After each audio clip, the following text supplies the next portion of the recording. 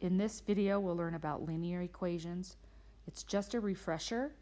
So we're going to start with linear equations in one variable, and then we're going to quickly move to linear equations in two variables using slope and the y-intercept and graphing.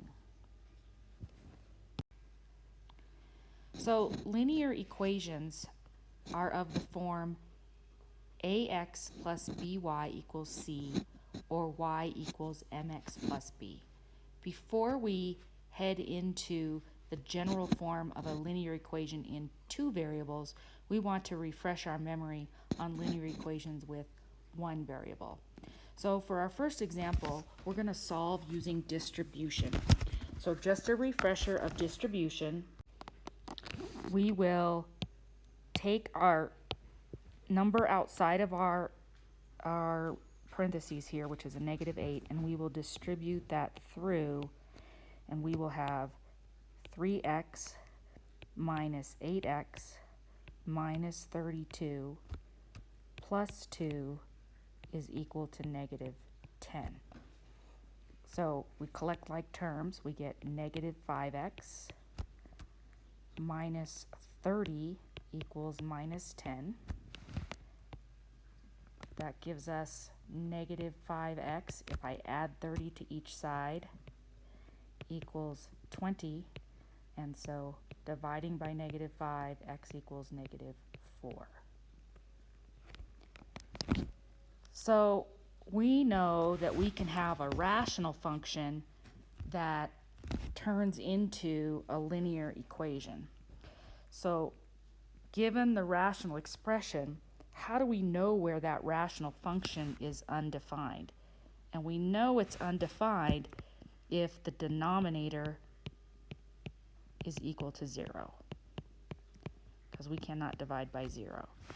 So when I have a rational expression such as this, 5x minus 3 divided by x squared minus 16, and we want to know where it's undefined, we're going to set our denominator equal to 0. Now I could factor this, but I'm going to just move the 16 over to the other side and take the square root of each side.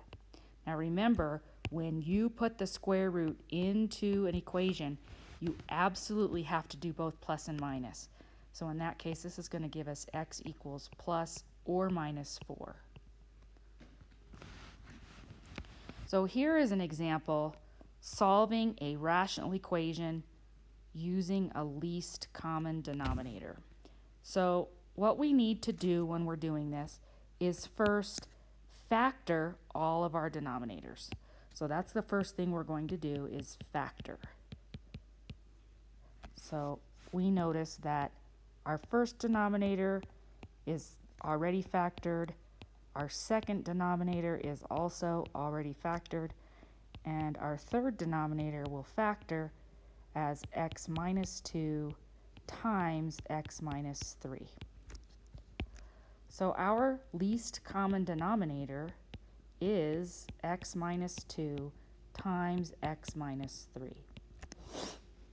So if we multiply both sides of this equation by that LCD, we're going to notice that, I'm just going to write LCD here because we know what it is. When I distribute here, the x minus 2 is going to cancel, and I'm going to get 3 times x minus 3. When I distribute the least common denominator into the second term, I'm going to have 4. The x minus 3's will cancel, and I'll get x minus 2. And then when I multiply the least common denominator by the other side, the entire denominator cancels, and we get 2x. So after we factor, we're going to multiply both sides by the least common denominator. And at this point, we just have a linear equation similar to the one we've already solved. We're going to distribute the 3 and the 4. we're going to collect like terms. So in this case, 3x and 4x is 7x. Adding the minus 9 and the minus 8, we get minus 17 equals 2x. If I subtract 7x from each side, I'll get negative 17 equals minus 5x. And then dividing, we get 17/5.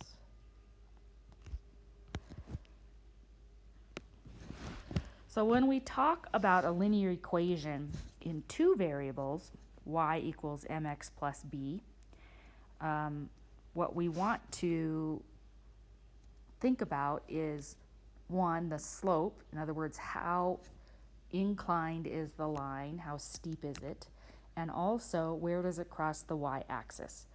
So when we talk about the slope of a line, we often refer to it as rise over run. And what that means is the change in the y values over the change in the x values. So you always want to remember, y's to the sky. The y's are going to be on top. The formula is the slope, which we represent by m, is y2 minus y1 divided by x2 minus x1. And that comes from two ordered pairs, x1, y1 and x2, y2. So for the example on the next slide here, we're going to find the slope from those 2 points. So we're going to say, I'm going to go ahead and label these x1, y1, and x2, y2. And I'm going to find my slope. y2 minus y1 would be 5 minus 7. And then I have to make sure that I'm doing this in the same order. So x2 minus x1 is going to give me minus 3 minus 3. So we'll get negative 2 over negative 6, or a positive 1/3. And what that means is, let's go ahead and graph negative 3, 5.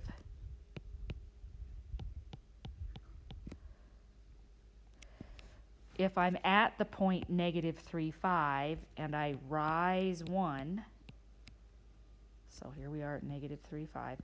If I rise 1 and run 3, I'll be back on the line. Alternately, you'll notice I have these negative signs here. I could go down 1 from that original ordered pair here, down 1 and back 3, and we have this line here. Now notice, if I keep doing that, rise 1 over 3, that this point right here is going to be that 3, 7. So if we're given a slope, we can pick any point on the graph. I'm going to choose a point that is on the crosshairs here. So we're going to do negative 3, 1. And I'm just going to count my slope until I get to another point that is exactly on the crosshairs. So I'm going to go up 2 and over 3. So rise 2, run 3 is going to give me 2/3. And just to make sure that that works, I'm going to go up 2 and over 3 again, and notice I'm still back on the line. So in this case, this is our slope. So if I want to find the equation of a line with a slope of 2/3 and a y-intercept of 0, 5, so what we would like to do is be able to find the equation of a line if we know the slope and hopefully the y-intercept, but we can do it with any ordered pair. So what we know is that linear equations in one variable have the form y equals mx plus b, where m is our slope and b is our y-intercept. So we like to sometimes call this graphing form because we can easily graph this.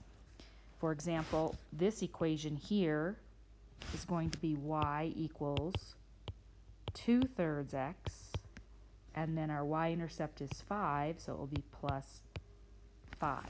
We call it graphing form because if I'm at the y-intercept of 5 right here,